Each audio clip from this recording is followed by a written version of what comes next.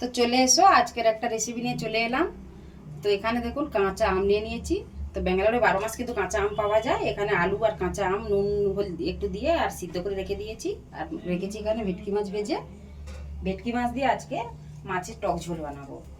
সেই জন্য এখানে টক ঝোলের জন্য তো এখানে আজকে দিয়ে দিচ্ছি 5 ফোড়ন, আর দিয়ে দিচ্ছি এখানে শুকনো লঙ্কা কয়েকটা ছিঁড়ে, আর এই দুটো তেজপাতা দিয়ে দিলাম। একটু নেড়ে চেড়ে নেবো। এইভাবে নেওয়ার পরে দিয়ে দেবো কাঁচা লঙ্কা চেড়ে রেখেছি, কাঁচা লঙ্কা, আর দিয়ে দেবো এই আম সেদ্ধটা। আলু আর আম একসাথে সেদ্ধ করে রেখে দিয়েছি, দিয়ে দিলাম। দেওয়ার পরে এর মধ্যে দিয়ে দেবো এখন হলুদ, আর দিয়ে দেবো পরিমাণ মতন আর লবণ।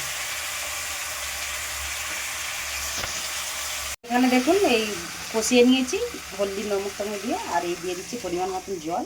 যেহেতু টক ঝোল বানাবো ওর জন্য জলটা দিয়ে দিচ্ছি একটু বেশি করে। আর ওই সঙ্গে সঙ্গে এখন মাছগুলো যে ভেজে রেখেছি ভালো করে দিয়ে দেবো। দিলে এর সাথে ভালো করে ঝোলের সাথে ফুটে ফুটে টকটা এর সাথে ঢুকবে ভালো। ওর জন্য চলে আসুক, পরে দিচ্ছি। টকের ঝোল দেখুন এখানে বানানো হয়ে এসছে প্রায়। তো টক মানেই তো একটু সর্ষে বাটা দিতে হবে, ওর জন্য আমি সর্ষে বেটে রেখে দিয়েছি এখানে আগের থেকে। তো সর্ষে বাটা অল্প করে দিয়ে দেবো। দেওয়ার পরে একটু পরিমাণ মতন চিনি দিয়ে দেবো স্বাদটা বেটার হওয়ার জন্য। আরও বাস হয়ে গেছে। তো একটু ফুটিয়ে নেব, নিয়ে আমি একে নামিয়ে নেব। টকের ঝোল রেডি।